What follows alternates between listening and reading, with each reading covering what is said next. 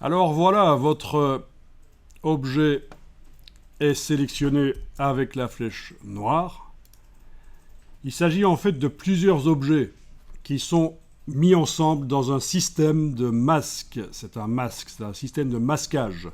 En réalité, l'iris, là, il est bien rond. C'est bien un cercle, mais on ne voit pas la partie inférieure et la partie supérieure, parce que cette forme empêche qu'il se soit vu en entier. Donc, est-ce que vous voyez la barre contrôle là au-dessus? Ceci. Peut-être pas. Si vous ne le voyez pas, c'est intéressant de la faire apparaître en permanence dans Illustrator. C'est menu fenêtre. Menu fenêtre et vous allez chercher contrôle. Menu fenêtre contrôle, c'est cette barre du dessus. Donc c'est une barre qui résume un peu en fonction de l'outil qu'on utilise, en fonction de l'objet qui est sélectionné. Ça résume un peu des choses qui se trouvent en fait dans des palettes plus complètes. Dans le menu fenêtre, on a des palettes pleines et elles sont très complètes. Mais la barre contrôle va chercher dans ces palettes certaines choses en fonction de... C'est contextuel, quoi. On dit que c'est contextuel, c'est en fonction de l'outil qu'on utilise et de l'objet qui est sélectionné. Et alors là, vous avez la possibilité de travailler sur le masque. C'est actuellement ce qui est enclenché.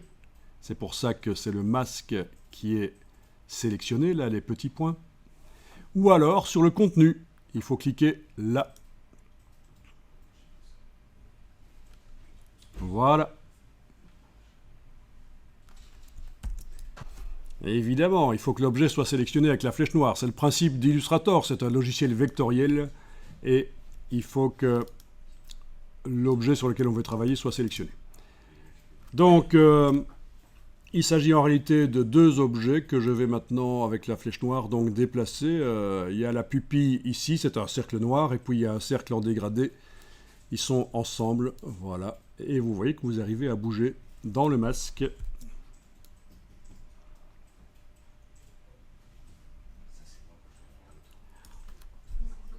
Faites le raccourci commande Y. Vous voyez la touche CMD. Vous enfoncez la touche CMD, vous la gardez enfoncée et vous enfoncez brièvement la lettre Y. Ça, c'est l'affichage sans les couleurs. Ça peut être pratique parfois. Affichage sans les couleurs, et vous avez possibilité, en prenant cette fois-ci par le bord. Ah, il faut que je recommence là. Voilà. Par le bord de l'objet, maintenant, vous avez la possibilité de le bouger aussi. Est-ce que vous voyez des lignes roses qui apparaissent et qui vous empêchent de bien mettre l'objet où vous voulez? J'imagine. C'est les repères commentés, c'est ennuyeux ça. Parfois c'est pratique, mais parfois c'est ennuyeux. Alors vous allez dans le menu affichage et vous allez décocher, où est-ce qu'ils sont? Repères commentés, il faut que je les retrouve. Ah, ils sont là, voilà. Menu affichage, repères commentés, il ne faut pas de petit V en face. Vous voyez que le raccourci c'est commande U. Commande U, voilà. Là, ils apparaissent chez moi. Et quand j'essaye de déplacer, parfois, on n'arrive pas à déplacer exactement là où on veut. Là, ça a l'air d'aller quand même. Commande Y. Je clique à côté, je clique sur l'objet, je clique là, pour dire que je manipule l'intérieur de ce qui est masqué. Là, voilà, ce qui est masqué. Oh, ça va. Ça n'a pas l'air de caler trop quand même. On a plein de lignes roses qui apparaissent, si les repères commentés sont enclenchés, mais ça ne cale pas trop dans ce cas-là. Est-ce que ça cale toujours quand vous déplacez chez vous? Malgré que, et là je fais commande U, malgré que les repères commentés ne sont pas affichés, vous sentez que vous pouvez déplacer librement, ou est-ce que vous avez des difficultés pour déplacer, ça se déplace par à-coup? Répondez-moi. C'est fluide. Parfait.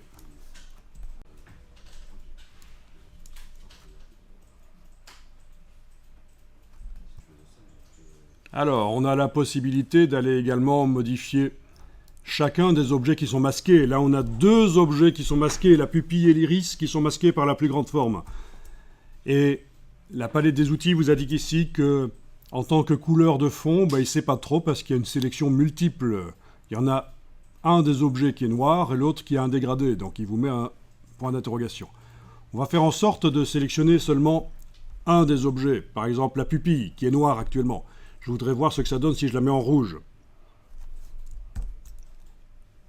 Et pour ça, vous avez ici la flèche blanche. Si vous gardez enfoncé le bouton à souris, vous allez chercher la flèche blanche plus.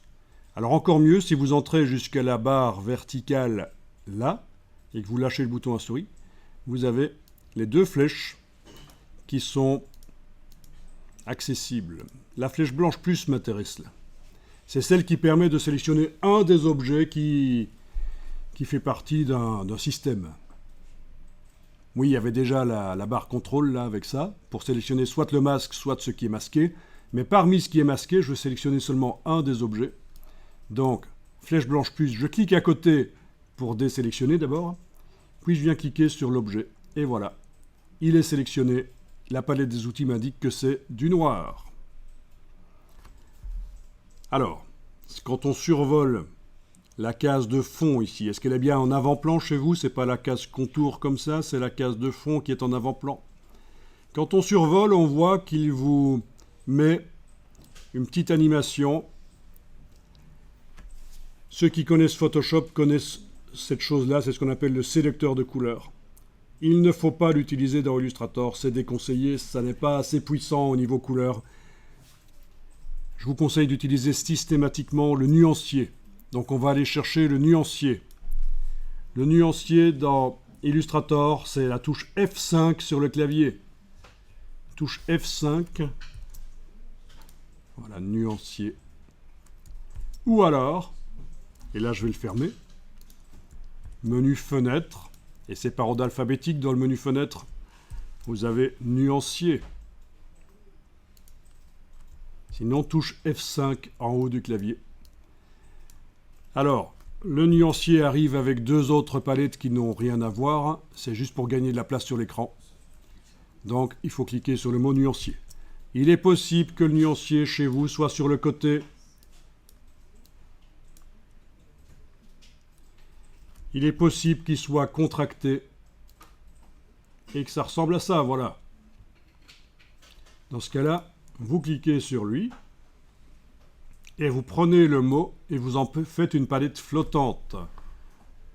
Vous déplacez la palette vers le milieu de l'écran et ce sera quand même beaucoup mieux.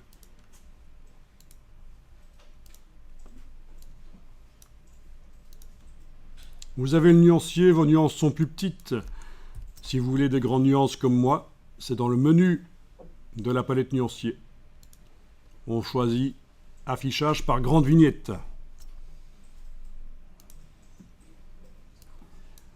Alors, on en était à dire. Ah tiens, je l'ai finalement fermé, cette palette.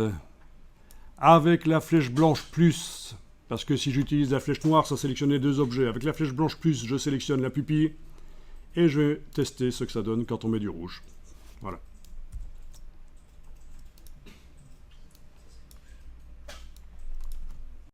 Si vous avez auparavant utilisé la flèche noire, tout est sélectionné.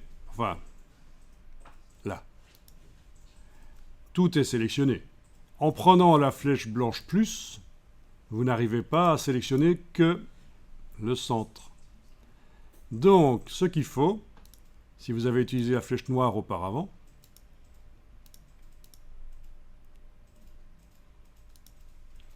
c'est, avec la flèche blanche plus, cliquer à côté et puis venir cliquer sur l'objet. Et là, vous arriverez à le sélectionner seulement lui. Alors, je vais sélectionner l'autre objet. Voilà. C'est un dégradé. Super.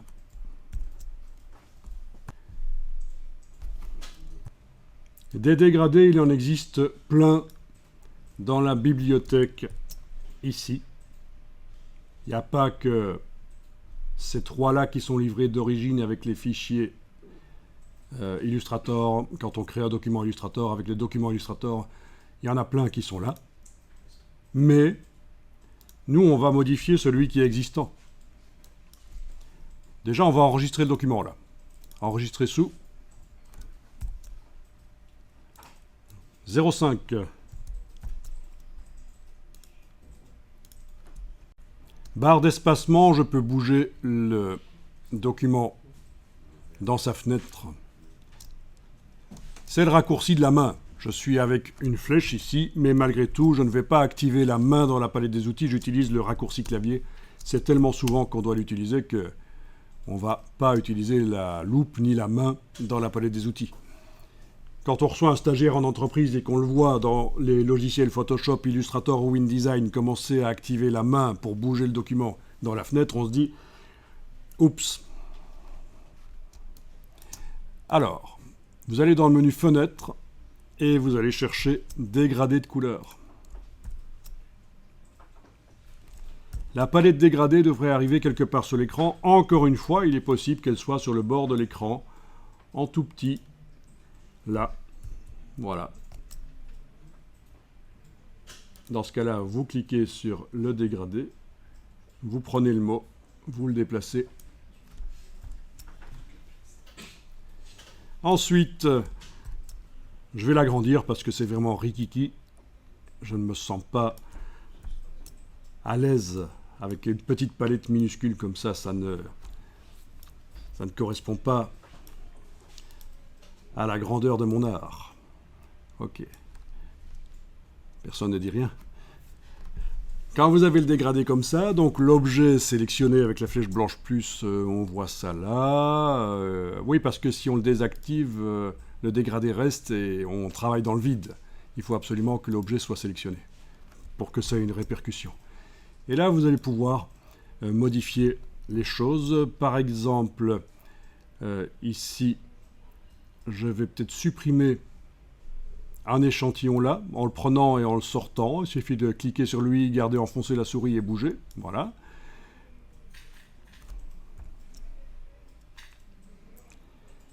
Double-cliquer sur l'échantillon de couleur ici. Waouh, j'ai cliqué à côté. Voilà. Et là, on a une palette qui permet de modifier la couleur en CMJN ou en RVB, mais vous avez aussi le nuancier qui est là. Donc je vous ai dit, il vaut mieux utiliser le nuancier, tant qu'à faire, parce que l'avantage, je vous le dis en résumé, le nuancier, les couleurs qui viennent du nuancier, si on les applique sur plusieurs objets dans une illustration, il y a un lien entre la couleur du nuancier et l'objet. Et donc on va pouvoir, en n'ayant aucun des objets sélectionnés, modifier la couleur du nuancier, et ça va modifier la couleur de tous ces objets-là. Donc quand on veut retravailler une illustration, faire des recherches, c'est pas mal. Chose que vous n'aurez pas avec les couleurs qui ne sont pas dans le nuancier. Bon, c'est un peu plus complexe que ça, mais bon, voilà. Je vous laisse choisir une couleur. Voilà. Bon, j'ai mis du vert, c'est bien différent. Vous avez le petit losange qui permet de modifier la répartition. D'accord. Ah, il reste encore une couleur ici qui ne sert pas à grand chose, je vais la supprimer. Voilà. Amusant. Vous pouvez mettre une couleur intermédiaire, il suffit de s'approcher en bas, de cliquer, et puis double-cliquer sur la nuance. Et là, je vais aller choisir autre chose. Voilà. Donc voilà en gros le principe des dégradés. Alors, il s'applique de manière radiale. Si on clique ici, il s'applique de manière linéaire. Et avec l'outil dégradé de la palette des outils, on peut retracer dans un sens ou l'autre.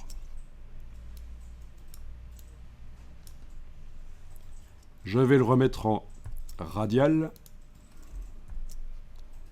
Et là, on trace.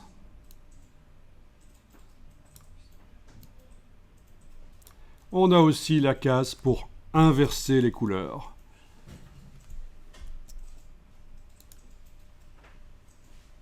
Voilà, amusant.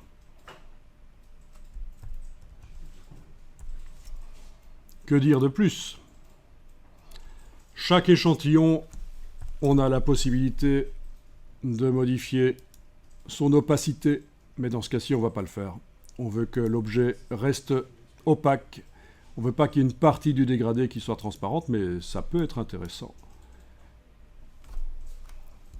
de voir que ça fonctionne comme ça. Ce n'est pas une transparence globale de l'objet, c'est une transparence vraiment une transparence d'une partie du dégradé. Enregistrez le document quand vous avez testé ça. Je vais l'enregistrer sous le numéro 6.